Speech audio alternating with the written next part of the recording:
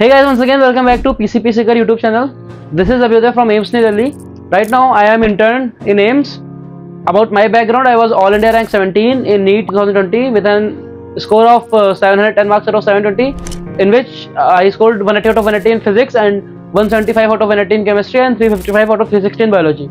So in this video मैं आपको बताने वाला हूँ बायोलॉजी के वो एक्सपेक्टेड टॉपिक्स जो कि बहुत इंपॉर्टेंट होते हैं, जहाँ से हर साल क्वेश्चंस आते हैं। ये जो सारे क्वेश्चंस आप बनाए गए हैं ये प्रीवियस ईयर क्वेश्चंस की हेल्प से बनाए गए हैं और फिर क्या ट्रेंड रहा है पिछले कुछ सालों में उसको देखते हुए बनाए गए हैं। तो चलिए वीडियो स्टार्ट करते हैं और देखते हैं कि वो 25 क्वेश्चन जो नीट 2025 में आने के पूरे चांसेस रखते हैं, उन टॉपिक को आप कभी भी मिस करके नहीं जा सकते एग्जाम हॉल में। तो चलिए वीडियो स्टार्ट करते हैं। These 25 questions will come in the NEET 2025 biology.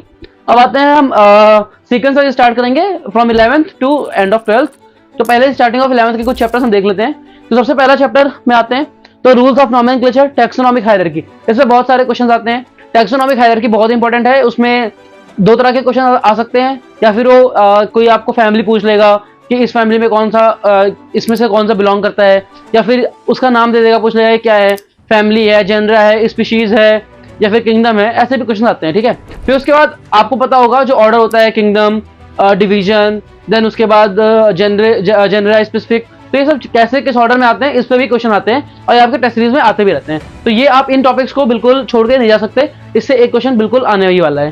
Then उसके बाद सेकंड टॉपिक, सेकंड चैप्टर में आता हूँ तो kingdom, Monera, you bacteria, Archie bacteria बहुत ज्यादा स्पेशल टॉपिक है, इस पर बहुत ज्यादा फोकस होता है। तो आप मोनेरा किंगडम जरूर पढ़ के जाइएगा। मतलब अगर आपको कुछ भी छोड़ना है तो आप मोनेरा किंगडम को बिल्कुल भी नहीं छोड़ सकते, क्योंकि मोनेरा किंगडम बहुत ज्यादा इंपॉर्टेंट है, ठीक है। पढ़ना सब कुछ है बट इनको बहुत ही ज्यादा स्पेशल फोकस से आपको पढ़ना है, ठीक है। देन उसके बाद आते हैं difference between different types of fungi. इस पे बहुत इंपॉर्टेंट क्वेश्चन आते हैं। फंजाई का टॉपिक मोनेरा के बाद बहुत इंपॉर्टेंट हो जाता है इस चैप्टर के अंदर। देन उसके बाद अलगी, टाइप्स एंड यूजेस, कि क्या क्या अलगी हैं, उनके टाइप्स क्या क्या हैं, उनके यूजेस क्या क्या हैं। यूजेस को बहुत लोग क्या करते हैं, छोड़ देते हैं, क्योंकि डिफिकल्ट है उसको रिमेंबर करना, बट आपको याद करना पड़ेगा क्योंकि क्वेश्चन वहां से बहुत ज्यादा आते हैं। देन उसके और आगे बढ़ो तो modifications of leave, stem and root, morphology of flowering plants में बहुत इंपॉर्टेंट हो जाता है। मॉडिफिकेशंस में बहुत सारे क्वेश्चन आते हैं। मतलब एक तो क्वेश्चन हो सकता है कि लीव का यूज क्या है, लीव के टाइप्स क्या है, बट मॉडिफिकेशन ऑफ रूट जितने आपने देखा होगा कि एनसीईआरटी में बहुत सारे दिए हुए ना, तो वो सब आपको याद करना बहुत जरूरी है, ठीक है।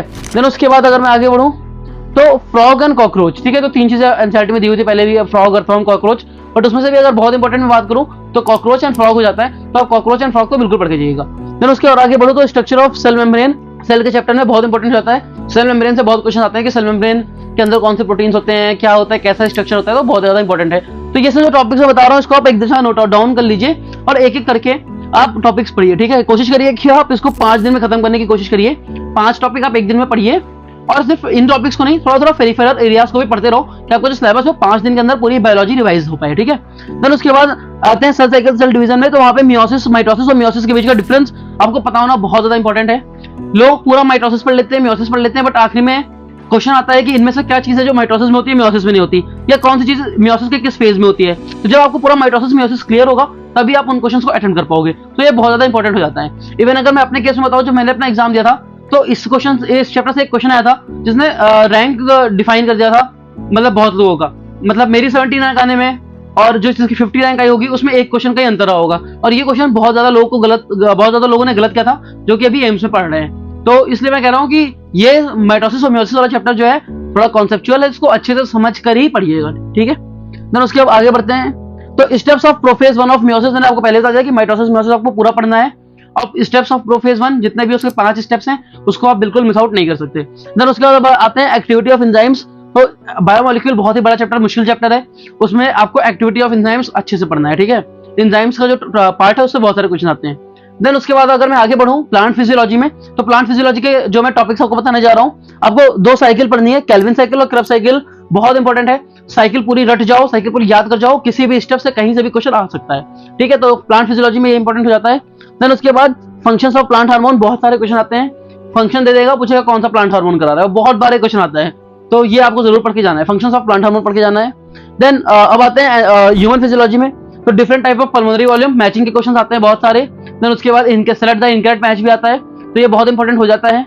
देन उसके बाद आपको वहां पे ग्राफ भी आ सकता है कि इसकी वैल्यू क्या होगी, ये क्या होगा, तो वो जब आप अच्छे से पढ़ के जाओगे तभी आप एग्जाम में रिप्रोड्यूस कर पाओगे और अच्छे से आंसर कर पाओगे। देन उसके और आगे बढ़ूं तो disorders of different systems of body, ये बहुत इंपॉर्टेंट होता है। और देन टाइप ऑफ जॉइंट्स, तो लोकोमोशन एंड मूवमेंट में ये सारी चीजें हैं जो आपके लिए बहुत ज्यादा इंपॉर्टेंट हो जाती हैं। देन उसके बाद आगे बढ़ते हैं नेक्स्ट चैप्टर पे। तो अब आते हैं 12th में, formation of pollen grain and structure of ovule, बहुत इंपॉर्टेंट है। ये दोनों अलग अलग टॉपिक्स हैं, मतलब फॉर्मेशन ऑफ पॉलन ग्रेन कैसे बनता है, क्या मैकेनिज्म है उसका, और ओव्यूल का क्या स्ट्रक्चर होता है, कैसे वो दोनों आपस में मिलते हैं। तो ये बहुत ज्यादा इंपॉर्टेंट है, इसको आप बिल्कुल मिस आउट नहीं कर सकते। 12th के पहले दो चैप्टर्स में दिया हुआ है। देन स्पर्मेटोजेनेसिस एंड oogenesis बहुत इंपॉर्टेंट है। क्या कहते हैं, पूरा स्टेप्स आ जाते हैं कि स्पर्मेटोजेनेसिस में ये पहले होगा कि ये पहले होगा, या अगर ये डिवाइड हो रहा है तो कितने में बनेगा। तो ये सब आपके लिए बहुत इंपॉर्टेंट है। तो आप रिप्रोडक्शन इन ह्यूमन बींग्स को का चैप्टर भी छोड़ के नहीं जा सकते।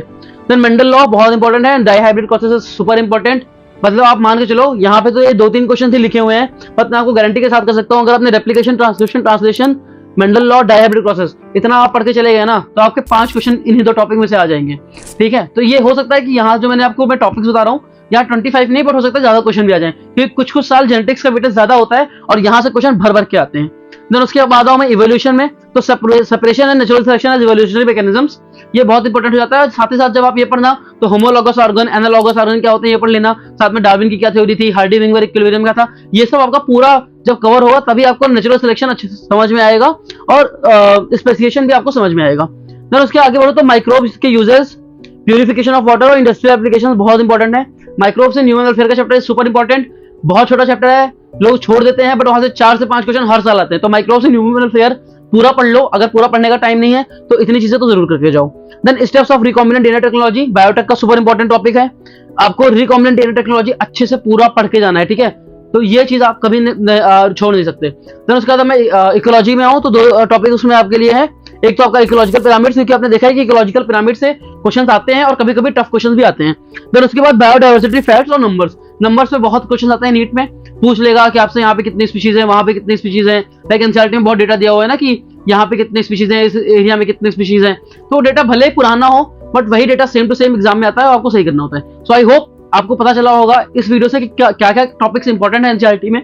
मैं ये नहीं कह रहा सिर्फ ये टॉपिक्स पढ़ के जाओ, बट मैं ये कह रहा हूँ कि इन टॉपिक्स पे स्पेशल फोकस करो जब आप पूरी एनसीईआरटी पढ़ रहे हो। ठीक है, तो ये क्वेश्चन अगर आप कर लेते हो तो आपके 25 से 30 क्वेश्चन, मतलब 100 से 120 नंबर तो कहीं नहीं गए हैं। अगर आप इतना पढ़ोगे ना तो आपको बहुत ज्यादा आइडिया भी होगा। आप फेरी की चीजें भी साथ में पढ़ो और कोशिश करो कि आप 5 दिन के अंदर पूरी की पूरी बायोलॉजी रिवाइज कर पाओ। अगर आप ऐसा करने में सक्सेसफुल होते हो तो आपके 360 आउट ऑफ 360 मार्क्स कहीं नहीं गए हुए हैं।